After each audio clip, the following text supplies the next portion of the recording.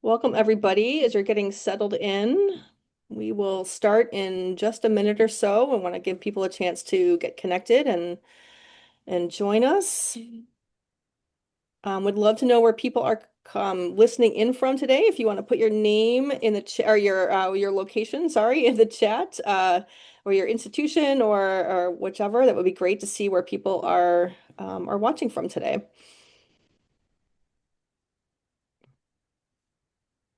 I am in Rochester, New York, and Katie, our presenter, is in Philadelphia. So we have some parts of the East Coast covered here, but I'd love to see where folks are from.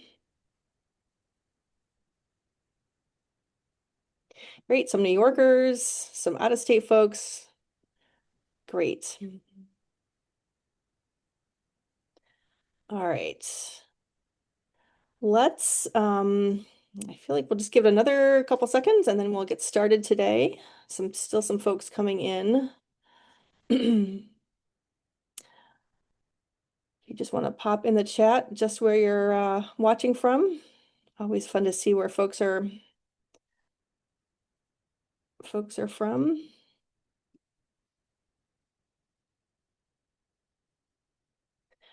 All right, I think we are going to get started. I have a little intro and then we will jump into the presentation.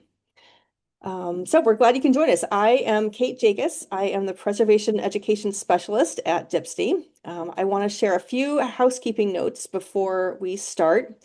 If you experience any technical or audio issues, please send us a direct message in the chat and we'll do our best to help. Today's session is being recorded and the recording and the slides will be shared with all registrants within the next week or so. Live captions are available for today's webinar. To enable them, just click on the Show Captions button on your Zoom toolbar. We're going to have time for questions at the end of the presentation, but please feel free to submit questions at any time using the Q&A box, not the chat. We'll use Q&A for questions. And we ask that everyone helps maintain a welcoming and respectful environment for all participants throughout the program. For those who may be new to DIPSNY, that is the acronym for the Documentary Heritage and Preservation Services for New York. We are a program of the New York State Archives and the New York State Library that provides free preservation planning and education services to support archives, libraries, historical societies, museums, and other organizations that care for New York's historical records and library research materials. DIPSNY services are provided by the Conservation Center for Art and Historic Artifacts and include archival needs assessments, preservation and condition surveys, strategic planning assistance, and educational programs like this one.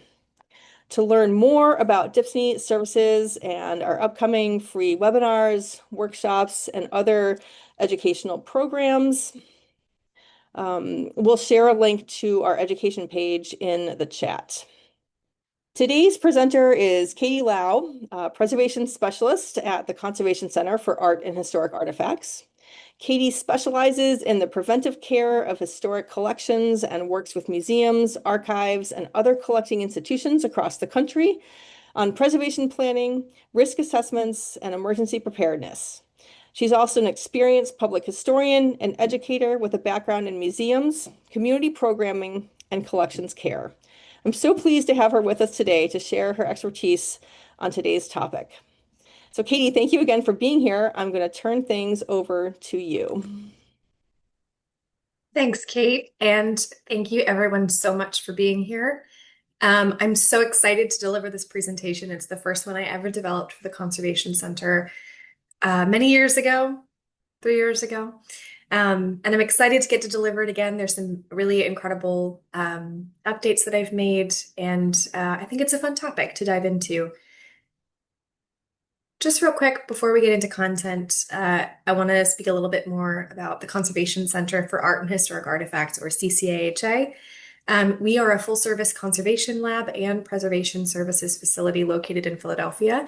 We are a nonprofit and we are really intentional about trying to extend preservation services and education to folks coming from all kinds of organizations, collection types and sizes and budgets. Um, we also administer the DIPSNY program, which is really fantastic. Our conservators are paper-based, so they treat things like books, photographs, documents, artwork on paper. But us in the preservation services side, we do a little bit more out in the field work, and we can work with collections of all sizes. Okay, moving on to content. So I want to give you guys a little bit of a roadmap for what we're going to discuss today. So we'll start with an agenda. I always like in all of my webinars to set some guiding principles before we start really talking about the meat of the content, because I want you to go into what you're about to learn or learn more about with the right spirit in mind.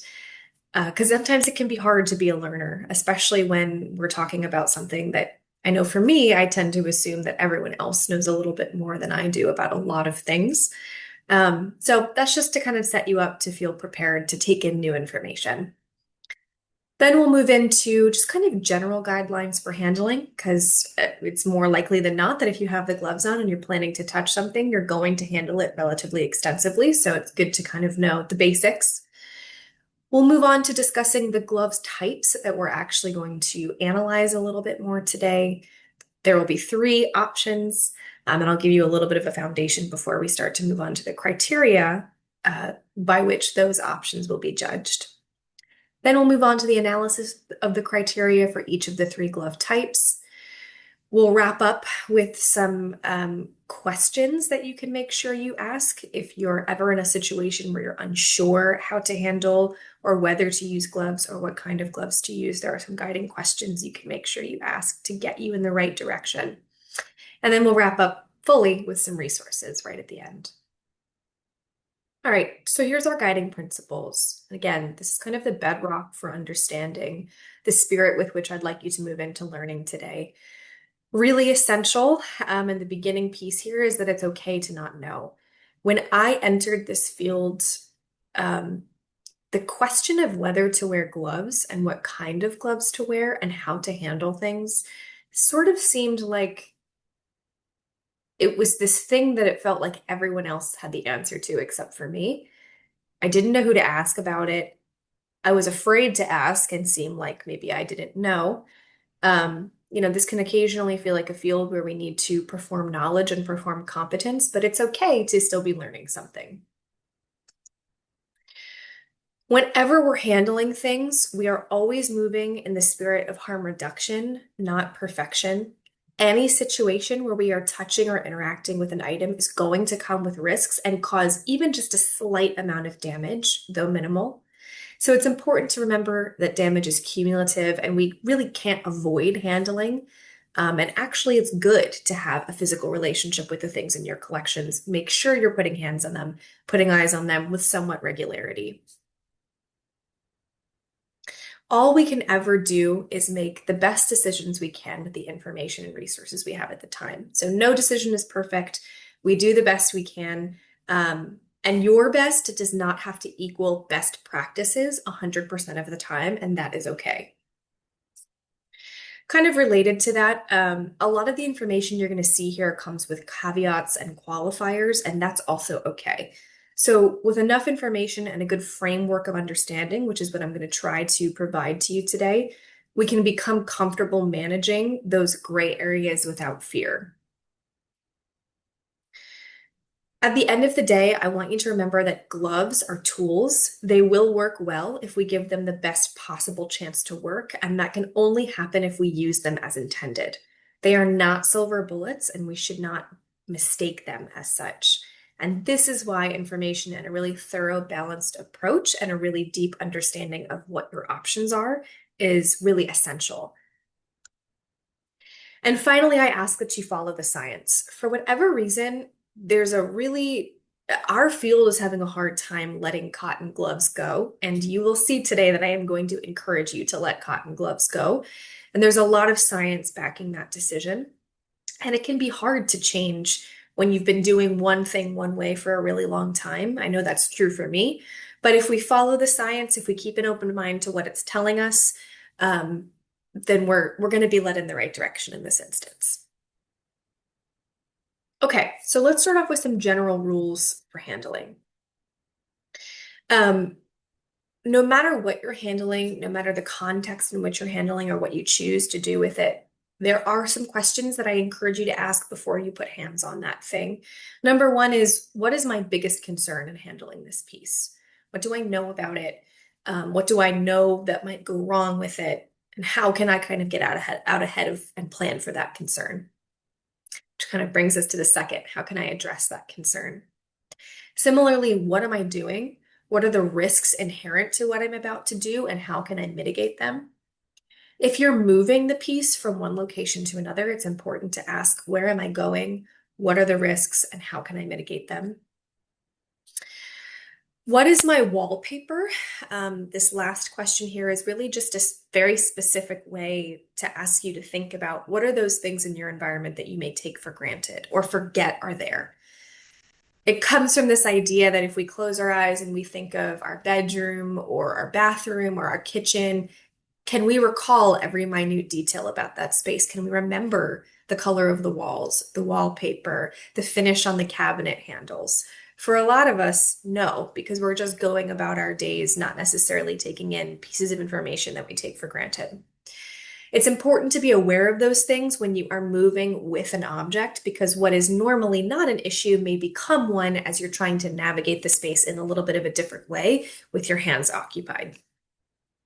If you are moving from one location to another, it's important to prep your route, making sure it's clear, at least 3.5 feet across, 4 preferably. Simple, meaning you're not, if you can, you're avoiding things like stairs and turns as much as possible. And again, wide, 3.5 feet if possible. Prep your landing space wherever you're going. Notify your team if you do have a staff that you're working with and you know you're going to be moving through spaces where staff usually are or visitors usually are. It's good to let folks know you're going to be on the move.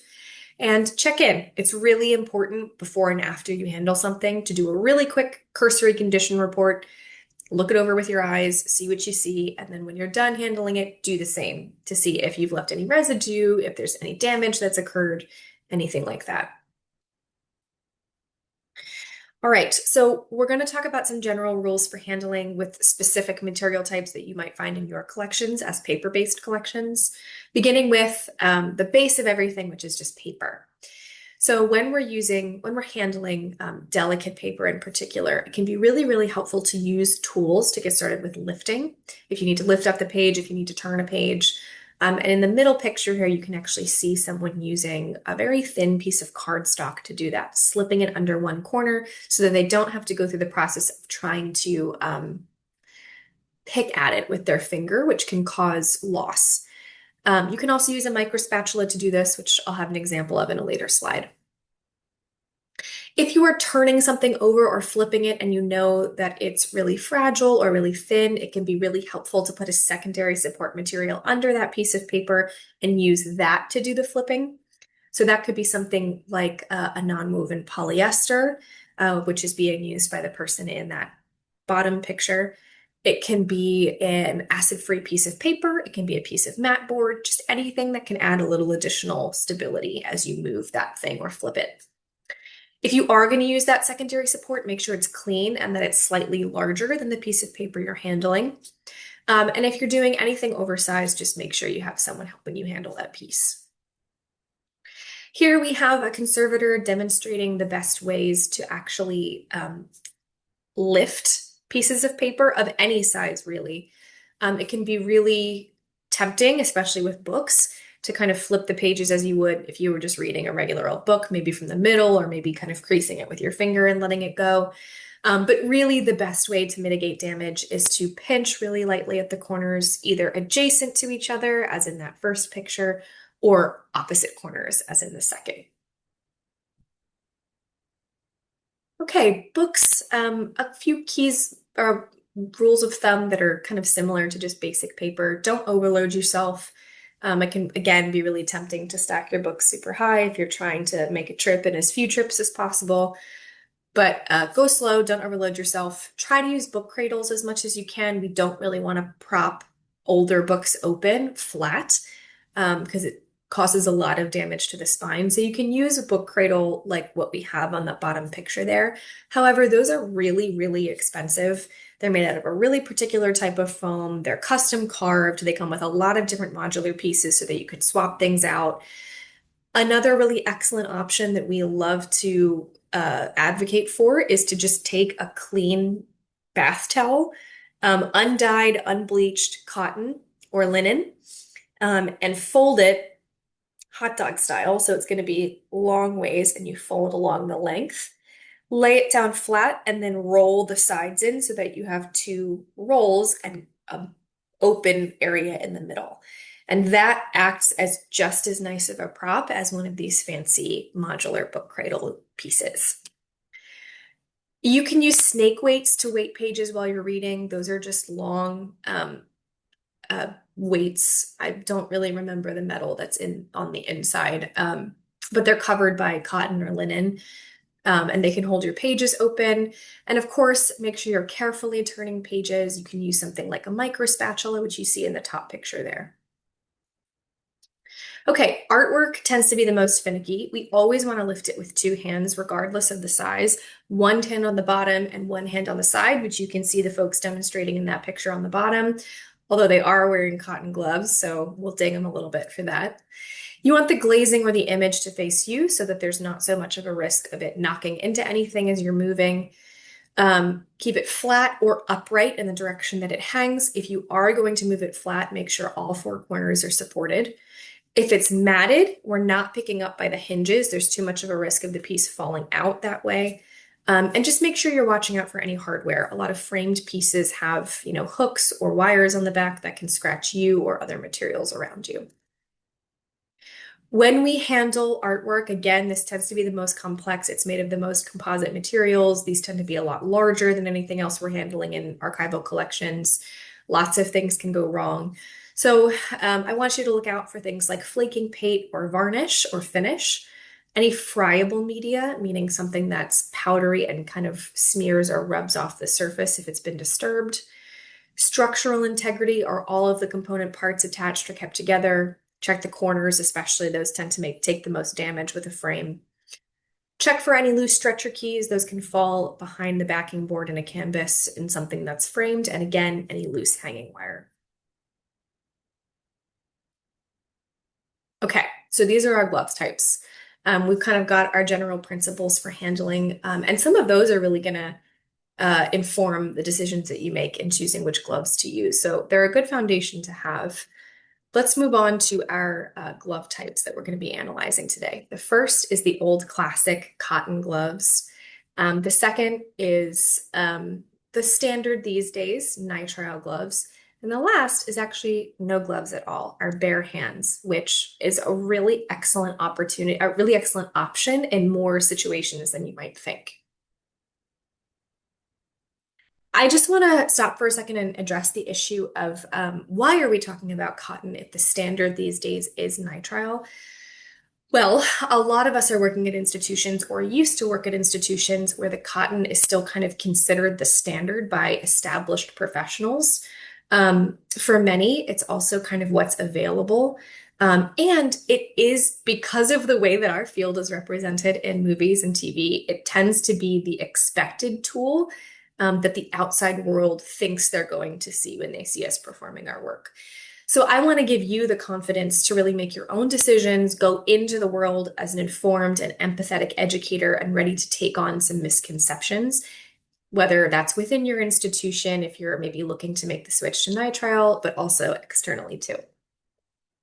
These are some other options that I'm going to shout out throughout the presentation today because they occasionally do have a little bit of an application.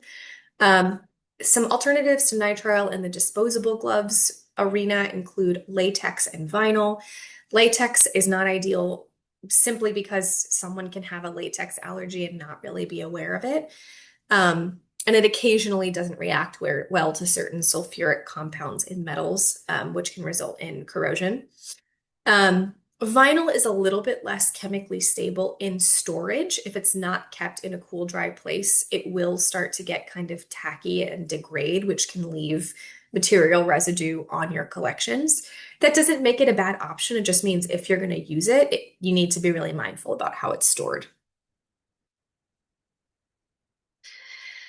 Occasionally, very occasionally, and this tends to be more of an issue in like a salvage situation or with conservators, you may need to use a more heavy duty glove that's more chemically resistant. Our options there include butyl and neoprene. They're a lot thicker and usually they tend to go further up the arm just to offer a little bit of additional protection. Okay, so here's the criteria we're judging on today. First is protection and risk. You can think of that as the glove's ability to act as a barrier between you and any harmful materials on the object and vice versa. We're also talking about the risks that are inherent to the method of handling that you might do to harm the object and any risks that are inherent to the object itself. Next, we'll address functionality. So that's literally just how well do these gloves function, and how do they function? What can we use it for? And finally, really essential, we're going to be considering sustainability. This is a relatively new standard for consideration, but an important one. For institutions with a lot of resources, this criteria can be held in near equitable rate to the other two, as many steps that can truly be taken to reduce the environmental impact of, in particular, of disposable gloves, does require financial buy-in. So this isn't always a reasonable request for folks to consider at the same level as maybe other institutions. That said, there are ways for every institution, regardless of size and capacity, to reduce waste and remain mindful, and we'll talk about that a little bit. So, why are we not really thinking of cost as much? Well, disposable gloves do have a shorter period of use. They require more consistent purchasing, which inevitably shakes out to be more expensive than infrequent purchasing of cotton gloves. So that's kind of an inevitable thing that we just have to deal with the understanding that there are deals that you can shop on different websites, and bulk purchasing does tend to help with that cost. All right, so let's start with protection and risk. When we're talking about protection, we're talking about the glove's ability to act as both a physical barrier, meaning it's not going to allow any materials on the object to deposit onto your hands or any materials on your hands to deposit onto the object, and also as a chemical barrier. How well does the material that the glove is made out of hold up against potential chemical reactions that might occur? When we're talking about risk, we're talking about a few things, but most often any issues inherent to the material. So is it prone to snagging? Is it prone to mitigating your grip? Is it prone to making your dexterity and touch a little bit less effective? Will it deposit residues? Will it cause allergies or skin irritation? And how sure can you be of quality control on the manufacturing side? So we'll go glove by glove here, beginning with cotton. So from a risk and protection perspective, honestly, there are very few pros with cotton. Research has shown that it offers very little additional protection for you and the object in comparison to just using your bare hands.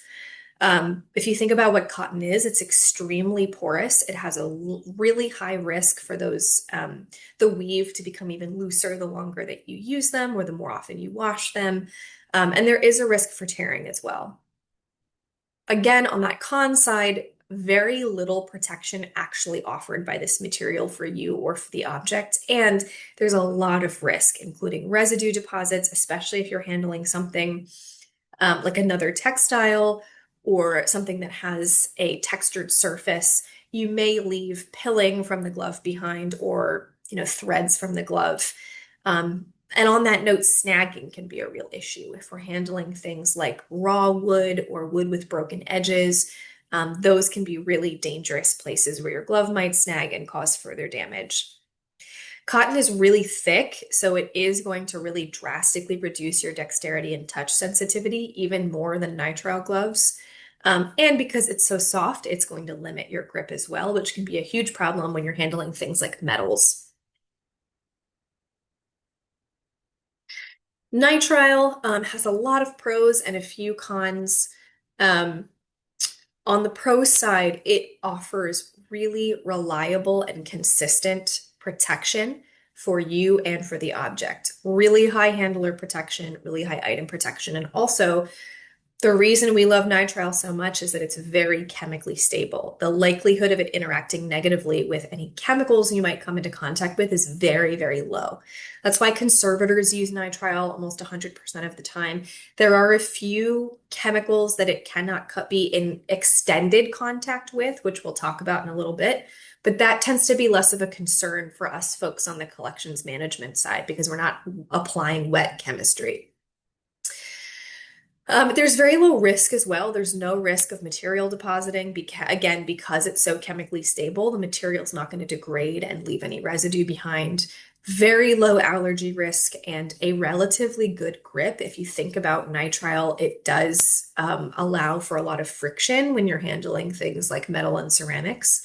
And again, it's super, super versatile. There's not much that you can't use nitrile for unless we're talking about really extreme scenarios, which we'll get into. Again, so those cons, there are certain chemicals that this can't be used with, including some ketone-based varnishes and some acetones. But again, that's really only an issue if we're talking about extended contact in a conservation lab. It's not something we'll need to consider on the collections management side. Gloves, regardless of the material, are inevitably going to affect your dexterity and touch sensitivity. And that's part of why sometimes we do recommend bare hands over glove use in specific situations. You can have skin irritation if you're wearing gloves for a long time over a full day. You know, you kind of start to get sweaty and hot in there, and that can be an irritant. But that's why we kind of just recommend that you take breaks.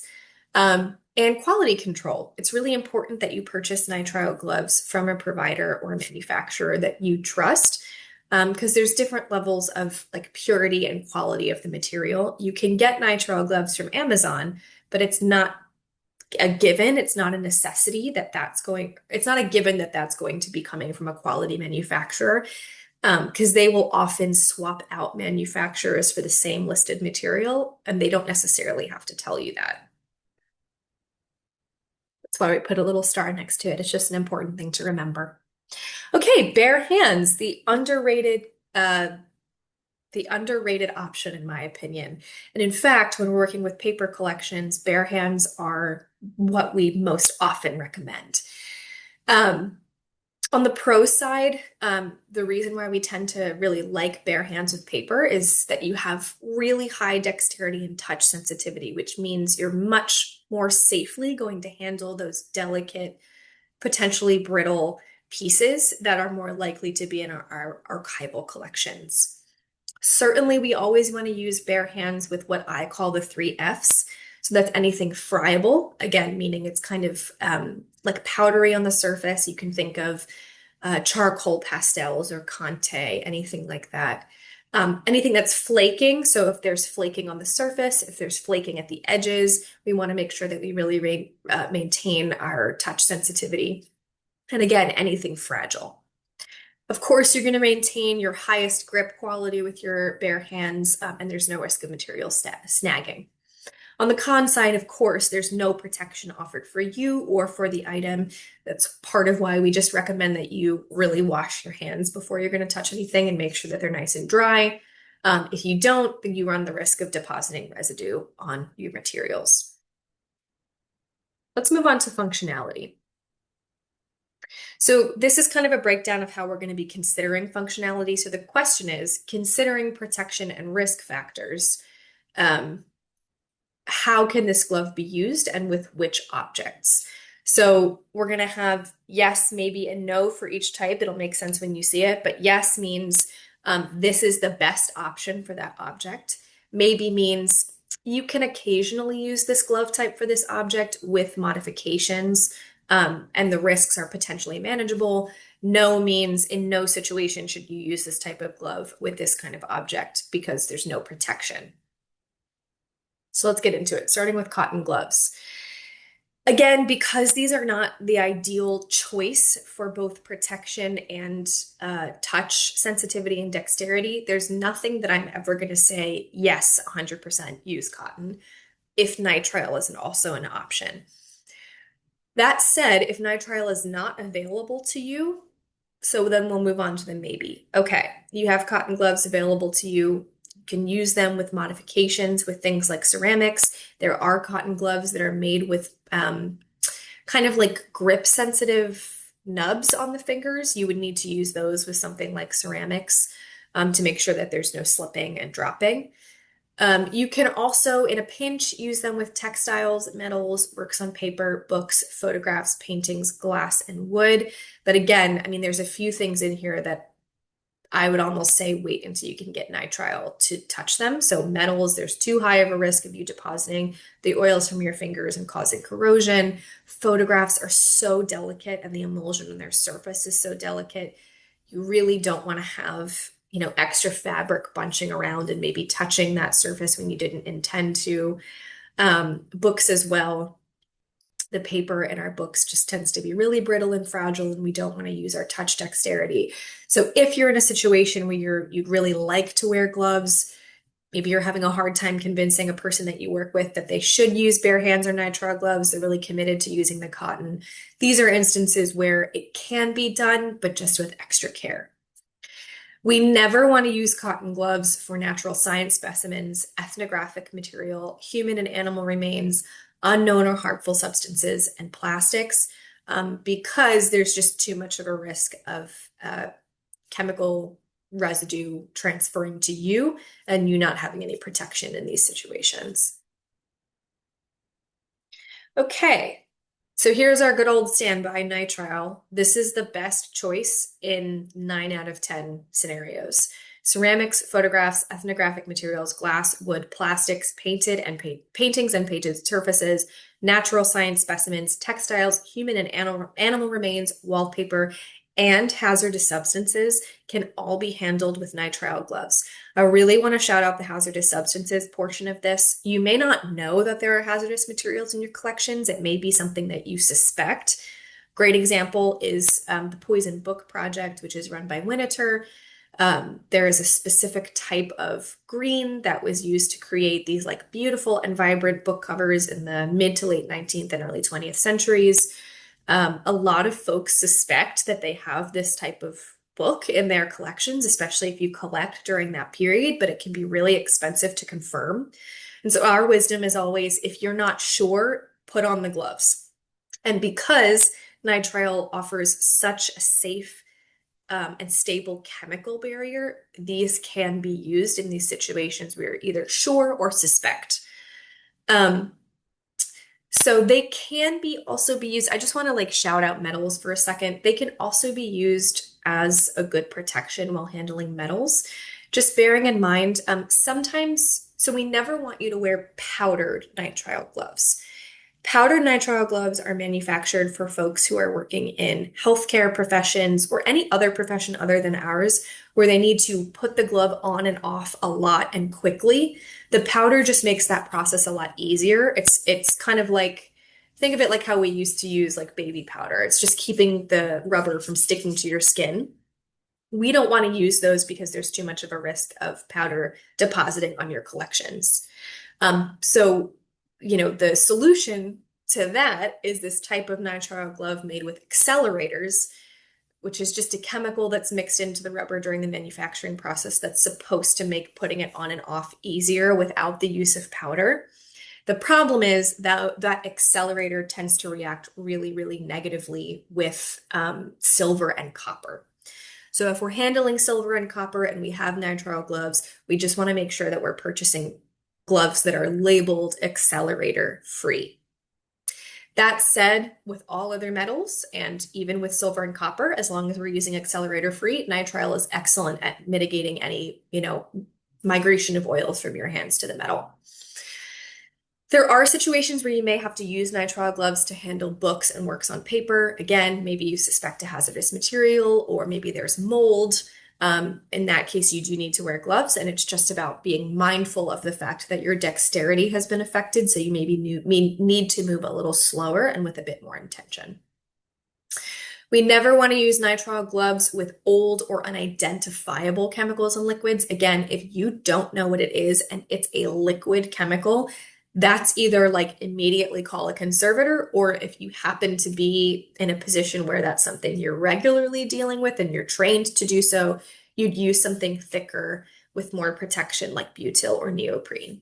And again, ketone varnishes and acetone are not really chemicals that perform, nitrile gloves do not perform well if they're in extended contact with either of those things. But again, that's wet chemistry that really only conservators need to consider. Okay, so our bare hands um, are the best choice when we are working with works on paper that we know is safe for us to be touching. Books, again, that we know are safe to be touching. And again, those three F's, anything friable, flaking, or fragile, because dexterity is our number one concern there. They can occasionally be used with paintings and glass materials, just being aware of the risks that are inherent to that. Sometimes folks prefer using bare hands when they're handling framed artwork because they really want high touch dexterity. They're worried about worsening any, wear and tear at the edges or flaking. Um, just bearing in mind that you can deposit fingerprints on glass and on like treated wood that you then need to go back and clean. Absolutely no bare hands when you're handling metals, textiles, wood, ethnographic material, human and animal remains, unknown or harmful substances, natural science specimens, ceramics, photographs, and plastics. Again, it's kind of the same list as for the cotton gloves, or very similar because they offer almost the exact same amount of protection. Here are a few other rules of thumb I want you to consider. When you can, try to minimize handling. A really great way to do that is to, again, think about what you're about to do, why you need to handle that piece. Is there anything that you can do? Can you complete that same task without having to touch it? Or is there a way to complete it by touching it less? Know your intentions. So, how regularly do you plan to need to touch that piece? How long do you need to have the gloves on your hands for? Have a backup plan. So, if you start to handle something with bare hands and you notice that you're depositing fingerprints, make sure you have a box of gloves nearby that you can really quickly reach for. Record and report. Again, that's kind of going back to the advice I gave earlier of before you touch something, just do a quick once over. How is it looking? Do you notice any damage? And record if you do notice any damage that occurs after you handled it, and make sure you're recording what kind of gloves you used if there's any indication that they had anything to do with the damage. And of course, know your glove and give it the best chance to work. If you are going to use cotton gloves, they must be washed regularly. They are absolutely notorious for hanging on to particles, oils, stuff like that, that's going to cause additional damage if the gloves are not regularly washed. Again, we're purchasing accelerator-free nitrile gloves. And if you're going to do your bare hands, make sure you're washing them regularly and always before and after handling. Lastly, I really want to encourage you to know your vendor. Again, there are deals that you can shop across the internet, and even, you can get nitrile gloves at Target or CVS, but it's all about doing your research into the manufacturer and ensuring that they have consistent quality control that you feel really good about. I want to take a second to address some kind of what if scenarios that may come up as you're kind of making decisions about what gloves to use. So occasionally you may need high touch sensitivity, like really, really high touch sensitivity and also protection. So latex gloves are really good for that. If you know that you don't have a latex allergy, and you know that you have things in your collection that you do need protection for, but they're pretty fragile. Latex is thinner than nitrile, so it's a really good option for that. And of course, there are some thinner nitrile variants as well. If you need reliable grip and also protection, there are thicker nitrile variants with like grip fingers, and also neoprene is really good for that. Again, if you're handling an old or unknown liquid or chemical, butyl or neoprene are your best options. If you have very limited funds, vinyl is the cheapest disposable option on the market. Again, with the understanding that you need to be informed about the manufacturer and storing them in a cool, dry place. And then in a salvage situation, this is what we teach all the time. If you've ever been to a Dipsney salvage workshop, you always use nitrile gloves. All right, let's very briefly dip into sustainability before we get to Q&A. So when we're talking about the environmental impact, we are coming from a cradle to grave perspective, meaning we are looking at everything from manufacturing to use all the way over to disposal. We're also going to consider feasibility. So, not every option of sustainability is financially feasible or even just logistically feasible for every organization. So, if you're trying to consider sustainability, we're making sure that any solutions you implement are actually like sustainable personally for you. And then I just want to shout out cost. So, cotton gloves tend to be $3 a pair, which is a really good deal, especially with the idea that you're going to reuse them. Nitrile gloves tend to be around 28 cents a pair, with the understanding that, of course, the price for a box is going to be a little bit higher. I did these prices in 2022, 2023. I would be willing to bet that they're a lot higher now. If anybody wants to Google that for me real quick, that would be interesting. I think the last time I tried to buy nitrile gloves at a CVS, a box was like $7.95, maybe something like that. So just, inflation is real. Those numbers have likely changed. Something to keep in mind. All right, let's get into some data. So this data that you see on the screen here is coming from a study done by the Foundation for the Advancement in Conservation's STITCH initiative. STITCH stands for Sustainability Tools and Cultural Heritage. What you're seeing here is two different sets of data. On the left, we are comparing the carbon footprint per glove type if we are assuming each glove is used once, so single use. And we have nitrile, we have synthetic latex, we have natural latex, and we have cotton. On the right, it's the same data set except it's assuming reuse. So what we see here is cotton gloves in both situations tend to have the highest environmental impact. If you look at the colors breaking down each bar, the green is determining what is the carbon footprint created by the actual cultivation of the material.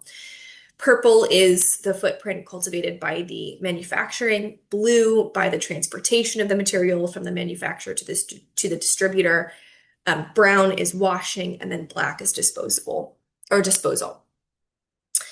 So what we see is that cotton requires a really major carbon output for manufacturing and therefore has the largest footprint regardless of use or reuse.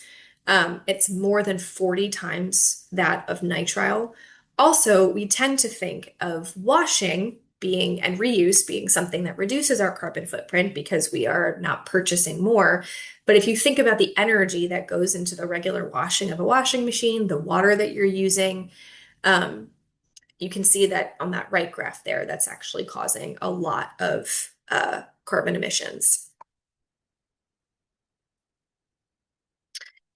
This is kind of similar data, except it's showing us, well, I actually have a little caption there. These are comparisons per glove for all environmental impact categories, scaled to the highest impact in each category. Cotton is green, latex is purple, blue is nitrile. It might be a little bit surprising to see that latex is so much higher than nitrile in a lot of these, given the fact that on those last graphs, it was showing us that natural latex tends to have a lower carbon footprint. But this is accounting for both natural and synthetic latex.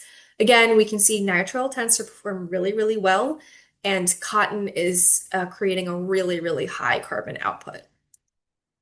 So what are our key takeaways here? Well, when it comes to environmental impact overall, nitrile is preferred. It's a pretty low carbon emission to cultivate and also to manufacture and dispose of. On that note, disposal does tend to have a really minimal impact. If you're worried about biodegradation, there are biodegradable gloves on the market. When I first made this presentation, they were a relatively new thing that was being offered by Kimtech, which is, I believe, a subsidiary of Kimberly-Clark. And Stitch was working on running lab tests to make sure that those biodegradable nitrile gloves had the same level of chemical stability as typically produced nitrile gloves. I haven't seen any updates on that. You are going to get like a PDF of resources from me at some point in the next week. And if I can find any updates on that data, I'll make sure that it's in there. If you are going to reuse, if you want to try to uh, reduce your carbon footprint through reuse, um, you can reuse nitrile gloves judiciously. With cotton, it's required in order to have any impact on the overall reduction of the carbon footprint, with the caveat that it is going to have a larger effect in that one category of water use. Some feasible things that you can do if you are committed to using nitrile gloves, and you want to reduce waste, you want to reduce your carbon footprint. There's a few things that you can do regardless of your budget. These are super feasible. Generally, just try to reduce your overall use of gloves. Rework your process. If you know that you're handling a bunch of different collection items in one day, whether it's you're moving a bunch of things, you're cleaning a bunch of things, you're doing cataloging, you can group like materials and keep the same pair of gloves for each material type. So handle all of your metals, switch out your gloves, then handle all of your wood, switch out your gloves, then handle all of your ceramics or whatever it is that you have in front of you. That's what I mean by kind of reworking your process instead of maybe going by, where things are on the shelf, group things by collection type instead. And don't be afraid to go glove free. Again, this is a really great option for all of our paper collections. Just kind of reiterating some of the good questions that we've already addressed and maybe adding some new ones. If you're ever not sure about which type of glove to select, these are some questions that you can ask to sort of guide your thinking. So again, what are the relative risks of hand exposure versus dexterity loss? How might the substances on my hands negatively impact the piece? How confident am I that the piece is safe to touch? If you are not 100% confident that that piece is safe to touch, put gloves on. How might the gloves material interact with the object's material? And then what is my biggest concern in handling this piece? Kind of a throwback to the handling guidelines at the beginning. These are some resources that I encourage you to take another peek at another time. These are all going to be in the PDF that you're going to get later. But the National Park Service puts out, of course, these really excellent conservograms, and they have a great one that breaks down different glove options. Sustainable Museums and Stitch are both really, really great to do a little bit more of a deep dive into sustainability and glove use. AAM, of course, puts out some kind of standard materials about how to use gloves and when. And you can always, always, always ask a conservator or a preservation specialist. You can reach out to the folks at DIPSNY. You can reach out to us at the Conservation Center, and we are happy to answer that question or work through it with you for free. And that's it.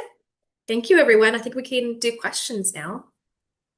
That was great. I always learn something new, even though I've been obviously working with collections for decades now and handling things and using all different kinds of gloves.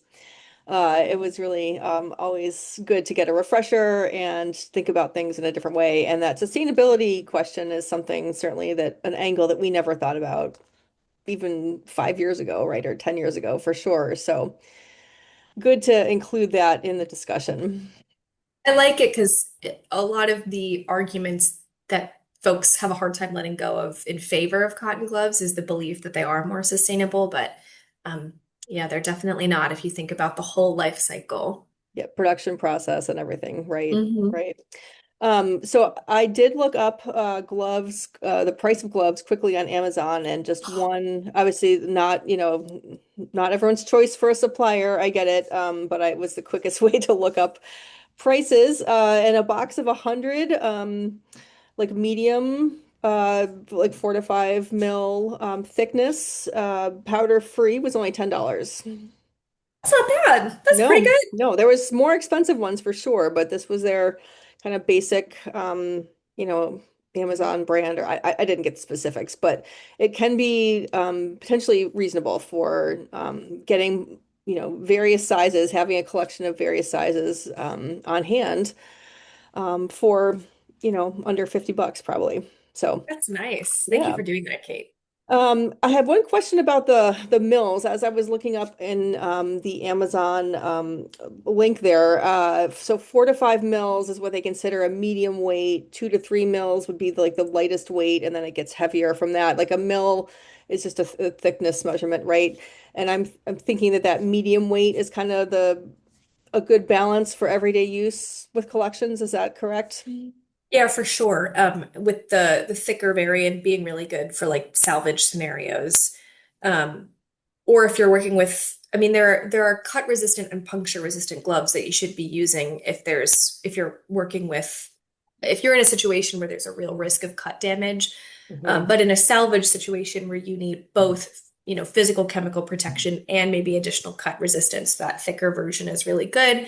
And then the thinner version is really good if you want to try to retain some dexterity while you're handling, which is what I was referring to when I said nitrile variants can be really good for high dexterity, and also protection. Yes, Good question. that thinner mill. That's good to know. There's a question in the chat or in the Q&A section, but I do want to just while we're talking about kind of the glove bit, do you have recommendations about washer settings for washing cotton gloves? Because I know there's folks who are, still going to have them, institutions who still have them, still are going to use them. Let's take care of them, make them last. What's the best practice for washing them? Really good question. I don't know in terms of washer settings. I know we always recommend warm water and an unscented, undyed That's all I detergent. meant. Yeah, like Yeah. the temperature and the detergent. Yeah. Yeah, that's all. And if you wanted to do it on like a gentle cycle, just to discourage like deterioration of the fabric or pilling, that's good too. Okay, good to know. Because as much as they do have a place, and they will always be in some institutions, and so we might as well take care of them the best we can, right? Absolutely. All right, there's one initial question in the chat here. Back to the handling. What kind of towel can be used instead of a book cradle? The towel should be clean, undyed, and then is there anything else to consider? Unbleached, and just making sure that it's cotton or linen. As long as it meets those standards, you're totally fine. I mean, I've literally brought in when we've demonstrated that at workshops before, I've just brought in a clean towel from my house and that did the job. Now, when you say dyed, like, what if you've got like, light blue towels from your bathroom kind of thing? Is that it was it dyed so long ago and been through so many washes, it's okay? Or I mean, it's kind of more like that's risk mitigation in your own mind. If you know that it's a color fast dye, fine, go ahead and use it. If you're not sure, I wouldn't use it. It's more just like we're covering all of the bases sure, and sure. our butts by saying undyed because it can be really we don't always know like whether or not the dye on our bath towels is color fast because it's not necessarily something that we think about. Right, right. Makes sense. Makes sense. All right. Any other questions? Please put them in the chat. I had one other, hang on here. I was writing, making some notes about questions I wanted to ask as well. Um, are there kind of any object types that you still feel like people are kind of either too cautious or not cautious enough with glove use? I know you maybe address this in different sections, but what stands out to you is something where, people are, is it paper or people are using gloves and they maybe don't have to, or something vice versa? I think you nailed it, Kate. It's definitely people really feeling like it's wrong to not use gloves with paper. And I personally have seen damage occur because folks are handling brittle paper with gloves on. Um, on the other hand, I would say photographs. I see a lot of barehanded handling of photographs, which can cause really tough damage really fast. So try to free yourselves from the burden of wearing gloves when you're handling paper. Put them on if you're handling photographs. Even if you're committed to kind of handling by the edges, you should still have gloves on Yes. for photos. Yes. Yes. Totally. Yes. Very That's wise, Kate. yeah. Let's see. And then So what do you think is really the key point that's going to help people make that shift away from we have to use white gloves for everything. And is it having nitrile gloves on hand? Is it this? I guess it differs for different institutions. Is it the sustainability factor? What can people bring to their organization to say, look, we really need to make this shift to nitrile if they haven't already? Yeah, I think that's such a good question. And I do think it's so dependent on the personalities of the people you're trying to convince. Um, Something that I still use all the time from when I was doing social work type stuff is trying to understand the kind of human feelings that are getting in the way of what feels like a really logical change in behavior. There's usually something going on here that's making it hard for people to make what feels like a really logical shift. What I have found works almost 9 times out of 10. Whatever information you're presenting to try to change a person's mind, whether it's the low protection or the dexterity risks or um, the fact that it's going to leave residue behind or the sustainability, whatever information you're using to try to convince a person, if you can start off by appealing to their better nature with some phrase like, I know you are so curious about new research, so I just wanted to show you this thing that I found. Or I know you're really passionate about this work and you love these collections and you really care about their preservation. So I just wanted to share this with you. What do you think? Like start off by appealing to their better nature and kind of walk next to them on the journey of discovery. Try not to get frustrated. That tends to be the thing that works the most. I love it. I love it. Getting deep here for for glove use. But that's so Yes. important because Hey, yeah, it can we're be all people. it's a very personal decision and a personal thing. So that's a good way to approach it. Mhm. Thanks.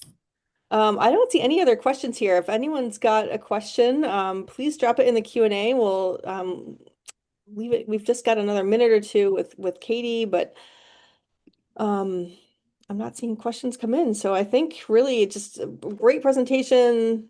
Everything was so clear and laid out so well. So I think we just we'll be looking forward to sending you the slides and Katie's list of PDF of resources.